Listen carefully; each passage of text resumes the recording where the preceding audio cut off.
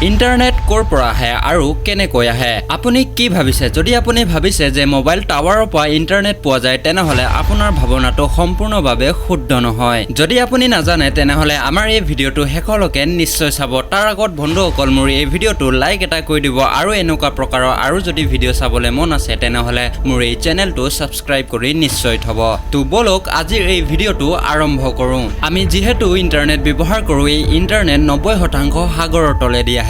আপুনি ভাবিছে চাগে সাগৰৰ তলেদিনো আকৌ ইন্টাৰনেট কেনেকৈ আহে অকমান ধৈৰ্য ধৰক আজিৰ এই ভিডিঅটো সকলো কথা বুজাই কৈ আছো আসলতে সাগৰৰ তলত ইন্টাৰনেটৰ কেবল বহুৱাই থোৱা আছে এতিয়া আকৌ আপুনি ভাবিছে চাগে যে আমিতো কোনো ধৰণৰ কেবল মোবাইলত লগোৱা নাই তেনেহলে আমাৰ নেট কেনেকৈ চলি আছে আসলতে হয় এনেকৈ এটা প্ৰকাৰৰ সি কেবল হয় যাক সাবমেৰিন কেবল বুলিও কোৱা যায় এই কেবলৰ জৰিয়তে ইন্টাৰনেট চলা যায় আৰু এই কেবলটো সাগৰৰ তলেদি গোটেই দুনিয়াখন কানেক্ট হৈ আছে আৰু এই কেবলটো সাগৰৰ বহুত হাজাৰ কিলোমিটাৰ তলত বহাই থোৱা আছে আৰু এনেকৈ গোটেই দেশবোৰত ইন্টাৰনেট কানেক্ট কৰা যায় এতিয়া আপুনি ভাবিছে চাগে আমাৰ ঘৰটো এনেকুৱা কোনো ধৰণৰ কেবল জয়েন কৰা নাই তো আমাৰ নেট কেনেকৈ চলি আছে অকমান ধৈৰ্য ধৰক সেইটোকো আপোনাক কৈ আছো যেনেকে এয়াৰটেল ভোডাফোন নিচিনা নেটৱৰ্কবোৰে এই সাবমেৰিন কেবল কোম্পানীৰ পৰা ইন্টাৰনেট কিনা হয় আৰু মোবাইল টাৱাৰ আৰু স্যাটেলাইটৰ জৰিয়তে আপোনালৈ ইন্টাৰনেট পঠোৱা যায় আৰু আমাৰ ভাৰতত সবতছে ডাঙৰ ইন্টাৰনেট কেবলৰ জংচন মুম্বাইত আছে আৰু এই কেবল সব জেগাতে কানেক্ট হৈ আছে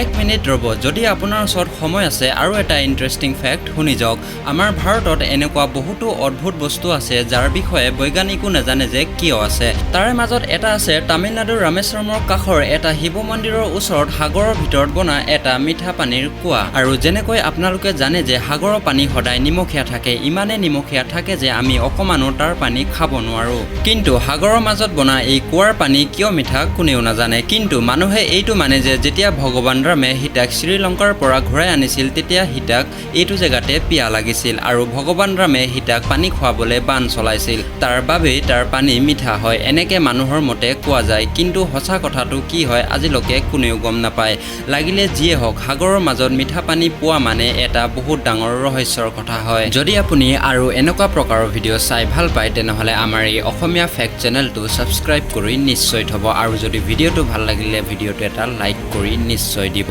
তেনেহলে মই লগ পাম আপোনাক নেক্সট ভিডিঅ'ত তেতিয়ালৈকে বাই বাই টেক কেয়াৰ